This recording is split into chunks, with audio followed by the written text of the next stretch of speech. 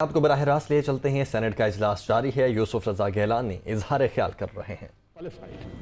یہ آپ اگر دیکھیں گے تو آپ کو نظر آئے گا ڈسکوالیفیکیشن ہے، مگر آپ نے دیکھا زرداری صاحب 11 سال جیل میں رہے اور تمام لیڈرشپ اور for the information of the house کہ ایک آڈٹ پیراز ہوتے ہیں اور آڈٹ پیراز جو ہوتے ہیں they have to be settled within the department اور public accounts committee۔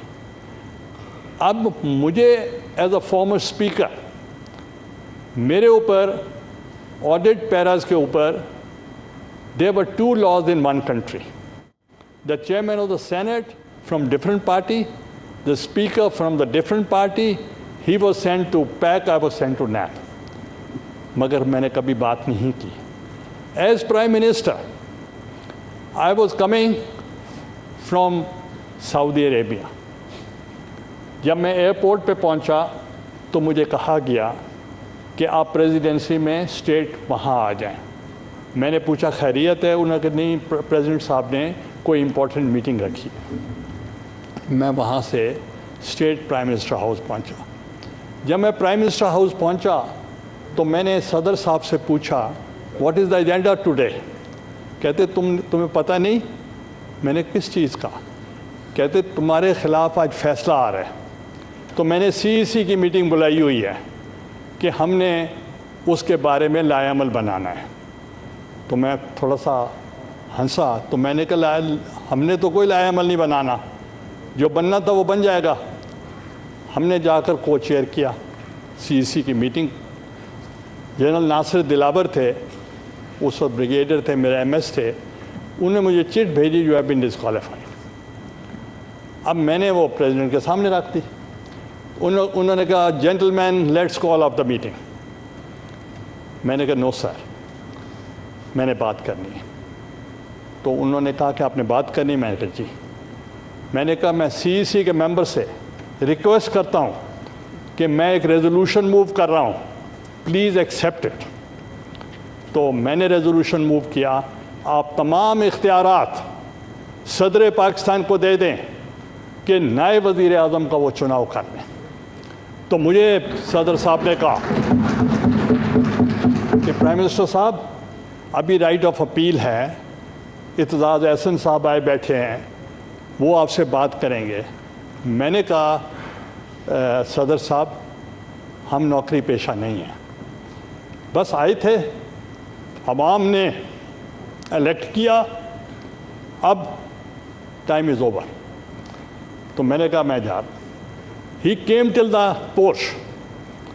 تو جو ڈرائیور تھا، کوڈ ورڈز میرے ہوتے تھے، نارملی میں خود چلاتا تھا کار۔ تو انہیں پوچھا کہ آپ چلائیں گے یا میں چلاؤں؟ میں نے کہا باہر آ جاؤ۔ وہ باہر آ گیا۔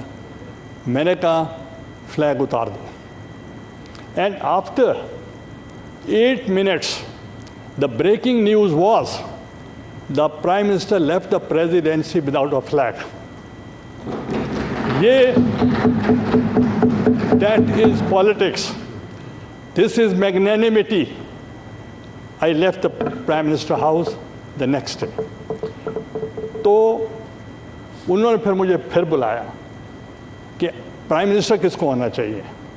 میں نے کہا that's your prerogative.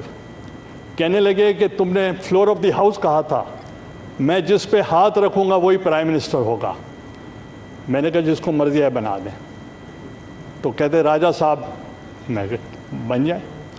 Covering candidate میں نے کہا قائرہ صاحب کو بنا دیں، وہ بن گئے۔ اینڈ آئی پارٹیسپیٹڈ، میں ان کی اوتھ ٹیکنگ پہ گیا اور میں بیٹھا رہا وہاں۔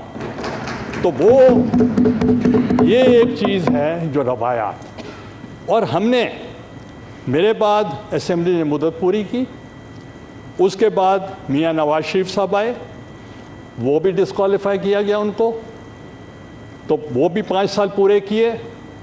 ہماری خواہش تھی کہ آپ بھی 5 سال پورے کرتے، ہماری خواہش بھی تھی، مگر عدم اعتماد یہ ان ڈیموکریٹک ایکٹ نہیں ہے۔ ووٹ آف نو کانفیڈنس یہ ایک pure constitutional and democratic right ہے۔ تو وہ ہو گیا. مگر my leader Benazir Bhutto, she told me once کہ گیلانی صاحب کبھی بھی زندگی میں آپ غلطی نہ کرنا کہ پارلیمنٹ میں 17 ممبر کے ساتھ بھی میں نے اپوزیشن کی ہے اور پھر میں کم بیک بھی کیا ہے, مگر پارلیمنٹ کا فورم کو نہیں چھوڑنا.